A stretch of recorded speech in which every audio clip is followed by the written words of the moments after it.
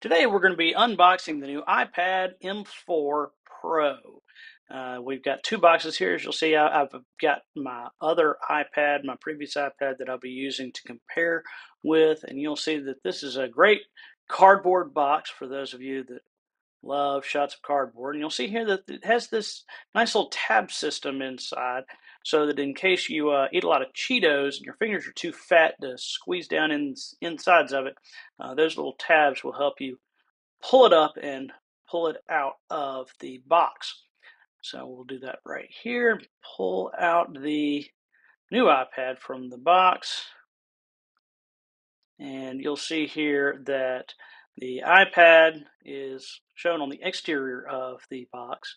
This is a new feature that a lot of companies are rolling out with these days, that they include the description and actually a visual image of the product on the outside of the box to let you know that you're not buying ice cream or an insurance policy or something to that effect. Which you'll see here that this is kind of looks like an iPad, but it's really hard to tell. But that's an iPad right there. You can tell it kind of, I guess. I don't know. You'll also see that the box is decorated with a lot of sans serif font. So if you're a big fan of sans serif fonts, and if you have a prejudice against serifs, then these boxes are definitely for you.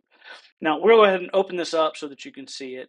Right here is the last screen protector that this iPad will ever have. So it's a nice little tissue paper edition that will make great kindling for when I set the rest of this box on fire. Now you'll see here that the back of the iPad is space gray, is what they're calling it. It's kind of black.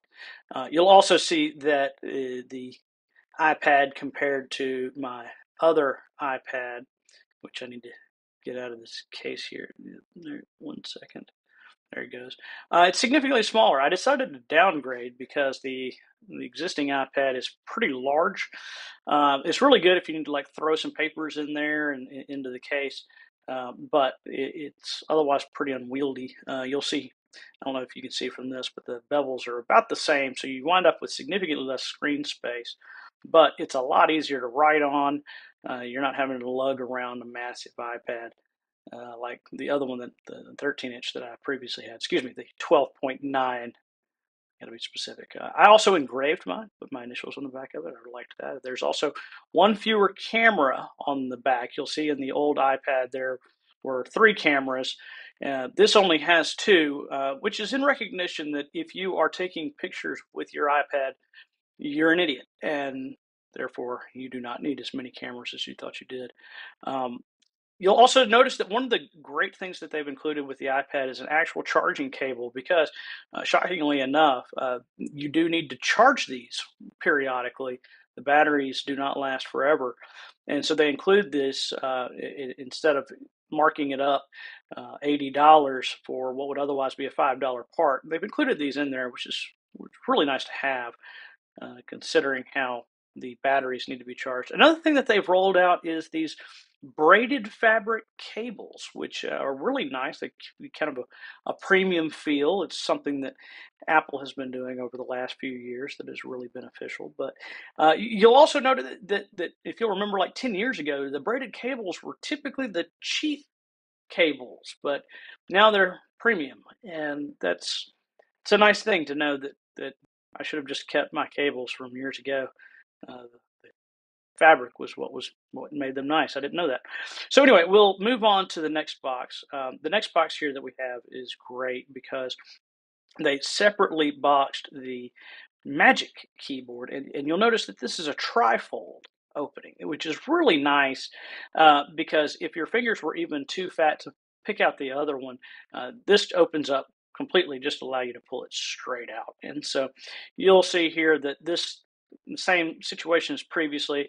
It's got the product description on the outside of it. You can actually see the product. It's not an insurance policy, which is nice. You'll also see a lot of sans serif font. That's part of the theme that they include with all of their packaging, is to make sure that they do not have any serifs to offend anybody. We'll go ahead and open this up, and you can see that The inside of the box just contains this one little piece of paper, which is nice, but not really necessary. So when we're going to pull that out and then pull out this um, cardboard thing. You also see that this is this nice rubberized fabric, which is really, or covering, which is nice. I really enjoyed it on my last cover, but it lasted about 3 weeks before it started to get these rubs on the corners and started fraying. And so it looks nice now, but I guarantee you it will not last very long, which is a nice feature as well. You also see all the keys here, which I picked English because this is my primary language, and using English on a keyboard helps me a lot in my job. And so you'll also see that there's some buttons here at the top that they've added to the keyboard that were not previously there. And that's because it's really, really far away from the keyboard to the iPad. And so that saves you a strenuous wrist movement in order to type out certain things. You also see a trackpad, which is also nice because if you're eating your Cheetos, you want to keep all the Cheeto dust here and not on the iPad. And that's why we try to keep those separate. We want to make sure that everybody is keeping Cheeto dust where it needs to be and not on the iPad screen, which is very important to Steve Jobs. Now, the big thing to keep in mind about all this is that while this looks great, it's great to have an iPad.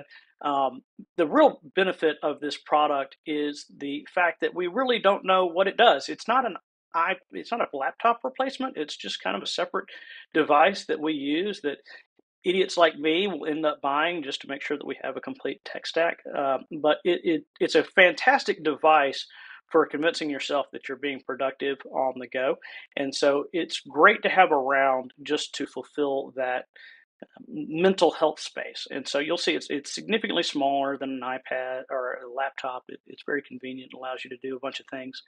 I personally like to write on it. That's my favorite thing to do, is to take handwritten notes, because that's something that we used to do way back in the day, and now we can do that using very, very expensive pieces of technology, whereas we could have just used a notepad. But one of the things I like to do is stack it on top of the keyboard so that I can have a writing surface on that. Sometimes I'll even go crazy and get a legal pad and write on the legal pad on top of the iPad, just so I can get that realistic writing experience. You'll see that it's a lot thinner than my previous iPad, which I really enjoyed the thickness of the old iPad. It gave me that security to know that I was not going to break it in half. I'm not going to test that today. I need to first get an insurance policy on this, and to also find some way to make sure that the insurance company does not find this video, and then we will partake in the bend test to see what will happen at that point. But this is a great product. I'm really excited to try it out and to try out different features of it. And there's your iPad M4 Pro in space black. Yeah. Uh, Thanks for watching, I guess.